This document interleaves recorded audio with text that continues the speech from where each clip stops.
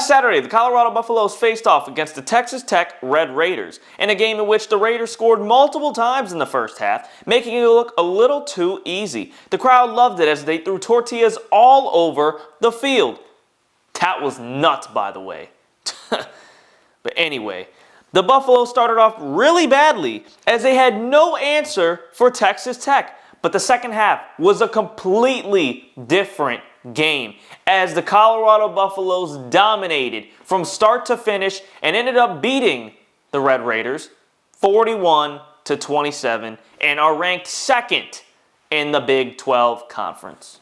Has Colorado solidified themselves as a dangerous team in college football? Well, the answer is yes. And I mean, look, the Colorado Buffaloes didn't have their best game at all the other night, and everyone knows that, right? But here's the thing. They faced adversity, and that's why I'm up here talking about the Colorado Buffaloes and if they're dangerous. Because they were down.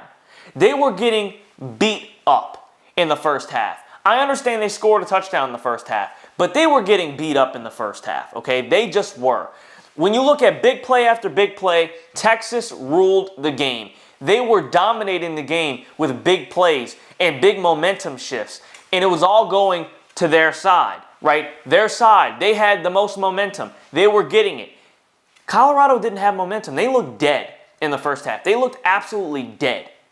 It was like they got stabbed in the heart. They looked unconscious. But the problem is this. They came out in the second half and absolutely killed it. They killed it. The third quarter was it. They dominated the third quarter. And you know what? The fourth quarter wasn't too great either. Okay, I get it. They had a very good ending, but the reality is that their fourth quarter didn't seem that good. They were getting penalty after penalty.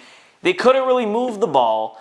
And it was like they were just playing good. Then the fourth quarter hit and they were just not playing that great.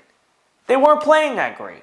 Colorado didn't use their timeouts, in good times. Their timeout management was horrible in the second half, and you got to understand that as well. They really need to fix that if they want to get, they want to keep doing good. They got to be able to fix that because that was a problem. And they keep making stupid penalties, right? They keep committing penalties that they don't need to commit. Very dumb rookie mistakes, right? And I get it's college, but you still can't really make those mistakes and commit those penalties in a game like this because the game wasn't over. I mean, it wasn't over because the fourth quarter didn't look too good for Colorado, so Texas Tech had multiple shots to be able to get back in the game, and they failed to execute that, even though they did score in the fourth quarter.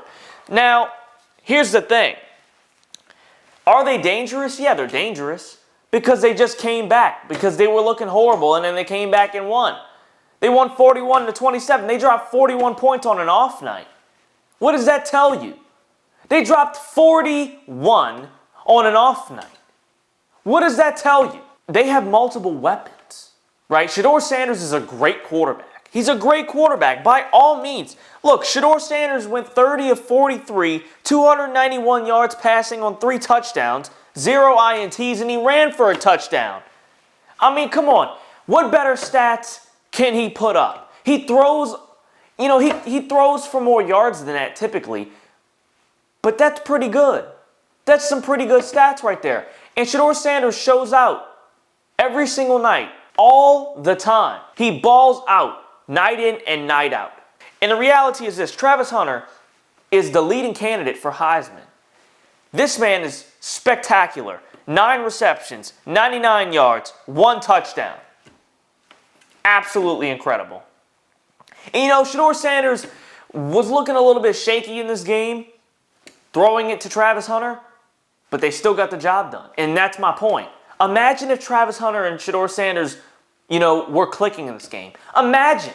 They would have dropped 60. They would have dropped 60 points. And they would have made it look easy. Texas Tech would have had no answer. The game flipped. First half, Colorado looked dead. Second half, Texas Tech was dead.